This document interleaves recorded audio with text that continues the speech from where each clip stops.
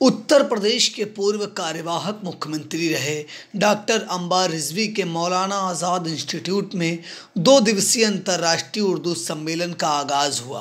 कार्यक्रम के मुख्य अतिथि केरल के राज्यपाल आरिफ मोहम्मद खान से इंडिया के editor in chief Pankaj Singh Gaur ने खास बातचीत की। बातचीत में उन्होंने बाबाए उर्दू कहे जाने वाले मौलवी अब्दुल हक द्वारा उर्दू के विकास के बारे में कहे गए एक कथन को साझा किया, जिसमें उन्होंने कहा था कि गालिब के बाद गायिका लता मंगेशकर ने उर्दू पर सबसे बड़ा एहसान किया। साथ ही 3 तलाक समेत अहम मुद्दों पर भी खुलकर बोले। तो आप भी सुनिए उन्होंने क्या कहा। सर, आज आपने एक बहुत बड़ी बात कही है। शायर लुधियानवी के बाद अगर उर्दू को किसी ने बढ़ाया है तो वो लता मंगेशकर ने। मैंने नहीं कहा, मैंने कहा जिनको बाबाए उर्दू कहते हैं मौलवी अब्दुल हक, ये उनका सेंटेंस है कि उर्दू के ऊपर गालिब के बाद सबसे बड़ा एहसान लता मंगेशकर का है। घर घर में उन एरिया में पहुंचा दिया जहाँ पे उर्दू हिंदी बोली नहीं जाती, वहाँ पहुँचा दिया। तो ये अच्छा, आपने एक बात और कही, उर्दू नहीं बढ़ी तो इसके लिए आपने चिंतन करने की बात कही। नहीं, मैंने ये नहीं कहा कि बढ़ी नहीं। मैंने कहा अगर उर्दू के खिलाफ कुछ हॉस्टिलिटी है तो वो मौलाना आज़ाद ने वजह बताई क्यों है वो हॉस्टिलिटी, उसको एड्रेस करने की ज़रूरत है। और इसके ऊपर से उनकी इजारेदारी समझे, उनका कंट्रोल ख़त्म करने की ज़रूरत है, जो इसको डिवाइसिव पर्पसेस, विभाजित करने की राजनीति के लिए इस्तेमाल करते हैं। उनसे छीन के ऐसे लोगों के सुपुर्द हो जो ये ज़ुबान बोलते हैं, जो यहाँ बोली है। ये मैं कह रहा हूँ कोई मतलब ही नहीं है। देखिए, ज़ुबान हमेशा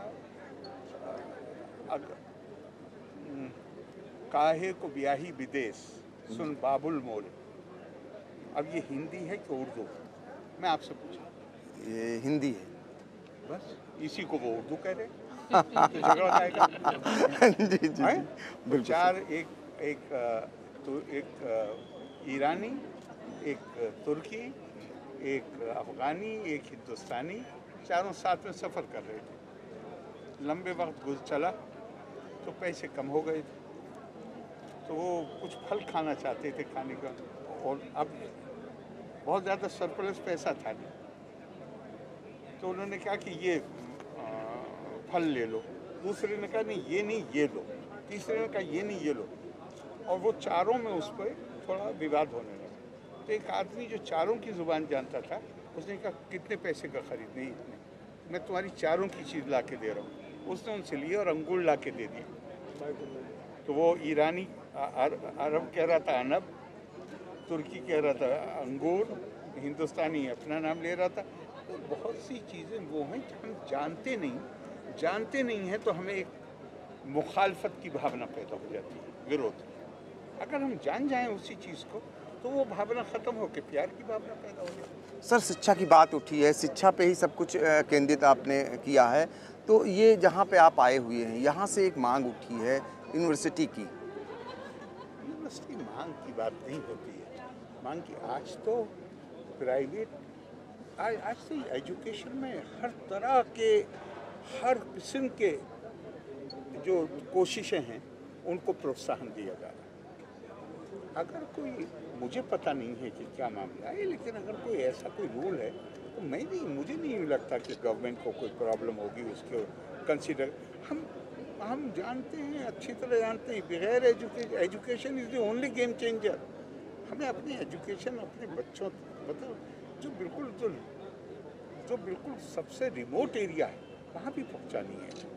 वो तो मुझे नहीं लगता कि इसमें कोई ज़्यादा प्रॉब्लम है। सर, आज अंतर्राष्ट्रीय महिला दिवस था। आज एक बहुत बड़ी बात निकल करके मंच से आई कि आपने 3 तलाक के लिए आपने लंबी लड़ाई लड़ी, और मुस्लिम महिलाओं को सर आपने इतना नहीं, मैं अकेले मुस्लिम महिलाओं को नहीं कहता। मैं कहता हूँ, देखिए,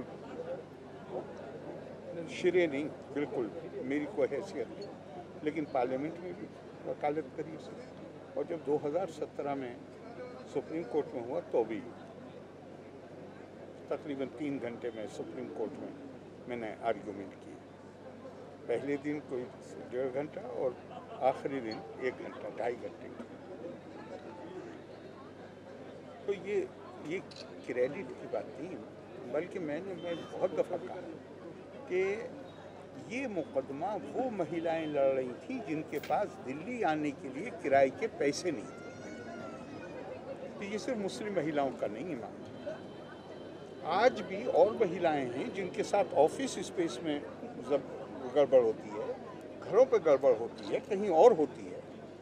अगर ये महिलाएं जिनके पास दिल्ली आने के लिए किराए के पैसे नहीं थे वो अपनी लड़ाई जीत सकती हैं, तो दूसरी महिला को कोई भी जाति क्यों बर्दाश्त करनी चाहिए?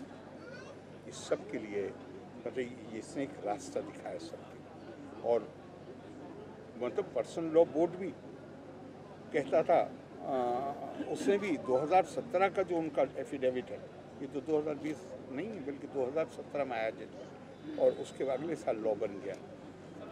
उन्होंने हर चीज़ मान ली। उन्होंने कहा मतलब ये हर कोई पहले दिन से मानता है कि ये कानून का हिस्सा था, कुरान इसकी इजाज़त नहीं देता, ना पहले देता था ना आज देता। लेकिन बहुत सी चीज़ें गैर कुरानी दीन के नाम पे उसमें शामिल हो गई हैं। अब वो उसको आप वो दर्जा देने लगी जो दे रहे थे 1986 में। 2017 में इन्होंने अपने एफिडेविट में कहा है कि हाँ ये गलत है, हाँ हम खुद इसके लिए अभियान चलाएंगे ख़त्म करने के लिए। ये बिदअत है। बिदअत कहते हैं कोई नई चीज़ को शामिल कर दिया। अब 1986 में ये एक बात कह रहे थे, 2017 में आके दूसरी बात कह रहे थे, लेकिन चलो इतने साल में समझ में आ गया, बहुत अच्छी बात है।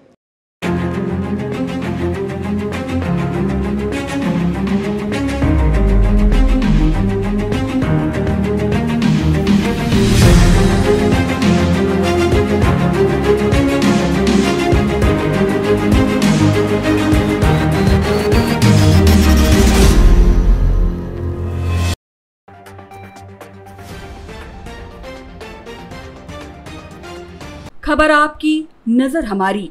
देखते रहिए आई इंडिया।